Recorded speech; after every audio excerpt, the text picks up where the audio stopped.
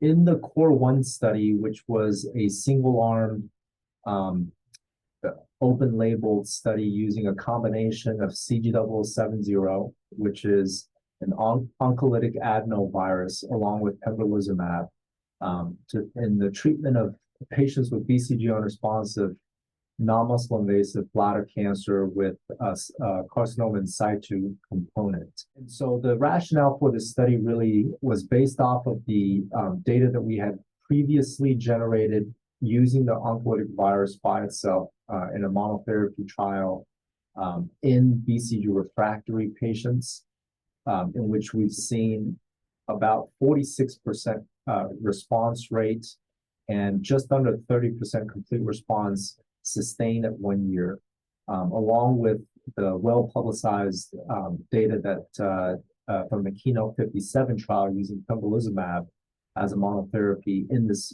patient population.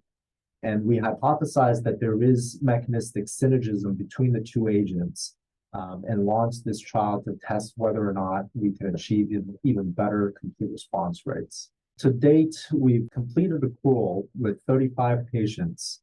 And the primary endpoint for the study was to look at the 12-month complete response rate. And for that, at the time of data cutoff, there were about 15 patients or so. And there we're seeing a better than 70% complete response at 12 months. Overall, there was 88% complete response that was seen at month 3. And that's compared to 41% seen with pembrolizumab in the same patient cohort in the KEYNOTE-57 trial.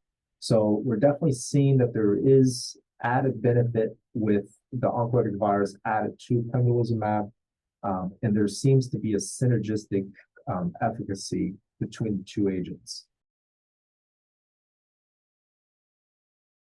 BCG-unresponsive non-muscle invasive bladder cancer remains a really difficult disease to treat.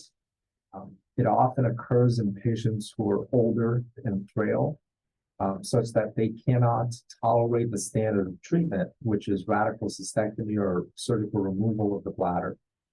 And for decades, there's been this unmet need for bladder-sparing therapies, which have been brought on with the approval of pembrolizumab, as well as more recently with nadofaragene firadenovec, which is an intravesical agent, also using a adenovirus gene therapy strategy.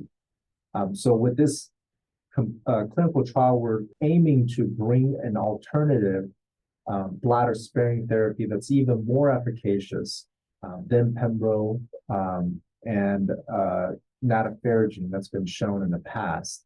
And it seems that we're well on our way to achieve that.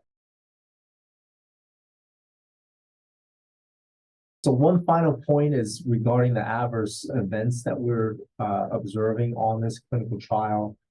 So one concern was that in addition to the synergistic efficacy, there could be increased toxicity from the combination.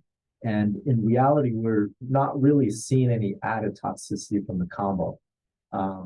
So there wasn't any surprises in terms of immune-related adverse events. The rate of immune-related adverse events seems to be on par with what's been observed with pembrolizumab monotherapy in this patient population previously.